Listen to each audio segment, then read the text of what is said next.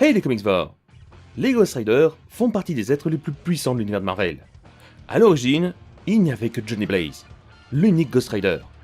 Mais avec le temps, Marvel a commencé à créer de plus en plus de Ghost Riders complètement différents. Au point même où j'ai parfois l'impression qu'ils distribuent le titre à n'importe qui. Aujourd'hui on va voir 8 Ghost Riders méconnus, étranges et parfois totalement absurdes. Mais juste avant de commencer, n'hésitez pas à liker et activer la cloche si mes vidéos vous plaisent. Parce que sinon, YouTube peut littéralement arrêter de vous montrer mes vidéos. Et même dans votre onglet abonnement. Bref, commençons doucement avec un Ghost Rider un peu spécial. Vengeance. Michael Badilino est ce qu'on pourrait appeler un faux Ghost Rider. Pour quelqu'un qui connaît pas du tout Marvel, on pourrait facilement croire qu'il s'agit d'un Ghost Rider classique. Mais contrairement à Johnny Blaze, qui tire ses pouvoirs du démon Zarathos, Michael, lui, est lié à un autre démon, nommé Zala. En fusionnant avec Zala, il devient Vengeance. Une créature infernale créée dans un seul but, traquer les criminels et exercer une vengeance encore plus brutale que celle d'un Ghost Rider classique. Et honnêtement, tout dans son design crie la violence.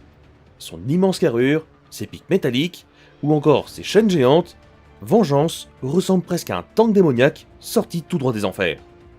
Le personnage apparaît la première fois dans le comics Ghost Rider Volume 3, numéro 21, et si vous voulez en apprendre davantage sur lui, je vous conseille le comics Ghost Rider, le retour de Vengeance, un comics en un seul numéro qui montre parfaitement pourquoi ce personnage est considéré comme beaucoup plus violent et brutal qu'un Ghost Rider classique. Vengeance 2. Kowalski était lui aussi une sorte de faux Ghost Rider. Visuellement, il ressemble énormément à un Ghost Rider classique, mais avec un feu vert sombre un peu toxique. Mais contrairement aux vengeances de Michael Badilino, Kowalski est une entité beaucoup plus mystérieuse. Même si son apparence est très proche des Ghost Rider classiques, il n'a pratiquement aucun lien avec leur origine habituelle.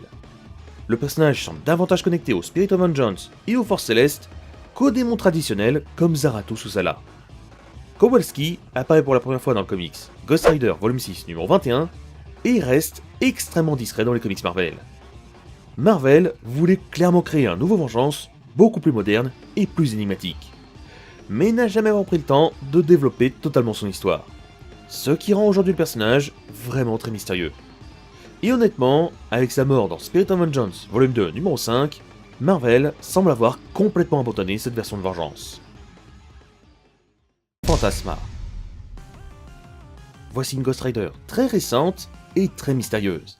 Créée en 2024 dans le comics Ghost Rider Robbie Reyes Spécial numéro 1, Isabella Alvarez, aussi connue sous le nom de Fantasma, est une Ghost Rider assez particulière, puisqu'elle combat en roller. Alors, pour celles et ceux qui suivent ma chaîne, déjà merci, mais aussi, ça doit vous faire penser à cette vidéo où j'avais parlé d'un personnage qui s'appelle la Ghost Swatter, et qui, elle aussi, faisait du roller. Comme quoi, l'idée n'est pas nouvelle. Si vous voulez en apprendre plus sur elle, et sur d'autres Ghost Riders alternatifs un peu spécial, je vous renvoie vers ma vidéo sur les 12 Ghost Riders alternatifs les plus étranges.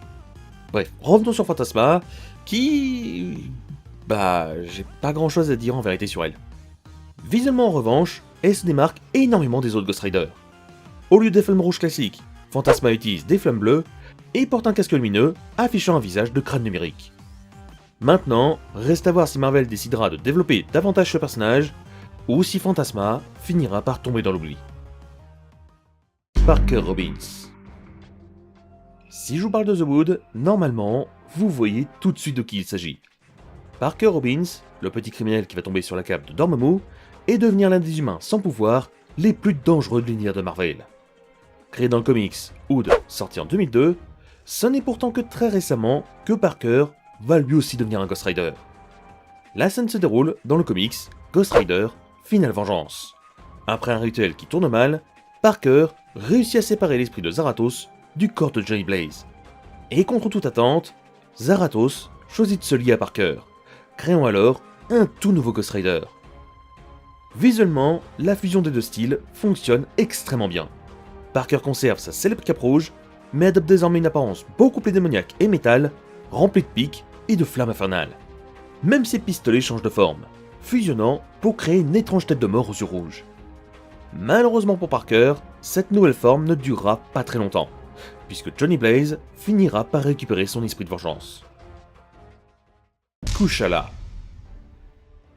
Kushala est une Ghost Rider totalement unique dans l'univers de Marvel. Créée en 2016, Kushala est une Apache née dans les années 1800, qui verra toute sa famille se faire massacrer sous ses yeux.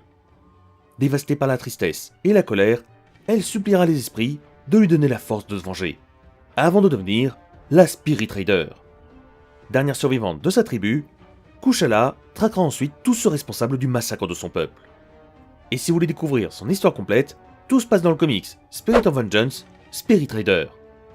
Mais ce qui rend Kushala encore plus impressionnante, c'est qu'elle ne possède pas seulement les pouvoirs d'un Ghost Rider. Elle est aussi une magicienne extrêmement puissante, au point de devenir la sorcière suprême de son époque. Visuellement, son design marque immédiatement et se démarque énormément des autres Ghost Riders. Entre son look tribal, ses pouvoirs mystiques et sa transformation démoniaque, Kushala ressemble presque à une fusion entre un Ghost Rider et une Doctor Strange féminine. Ghost Rider 2099. Imaginez la fusion d'un Ghost Rider et d'un Terminator. Sur la Terre 2099, Kenshiro Cochrane est un Ghost Rider futuriste, mi-humain, mi-machine. Toute son histoire se passe dans le comics Ghost Rider 2099. Kenshiro Cochrane, aussi appelé Zero, est un hacker du futur vivant dans l'univers Marvel 2099. Après avoir volé des données à une gigantesque corporation, lui et son gang se font attaquer et sont laissés pour morts. Gravement blessé, Kenshiro transfère alors son esprit dans le cyberespace, où il découvre une mystérieuse intelligence artificielle appelée les Ghostworks. Ces entités lui proposent un marché, revenir à la vie dans un corps cybernétique ultra puissant afin de devenir le Ghost Rider du futur. Contrairement au Ghost Rider classique lié aux démons et à Zarathos, le Ghost Rider 2099 est donc une version totalement technologique du personnage, mélangeant biker infernal et univers cyberpunk. Le Speed Demon. Le Speed Demon est peut-être le Ghost Rider le plus rare, mais aussi le plus puissant qui existe. Pour ce personnage, direction un monde très particulier.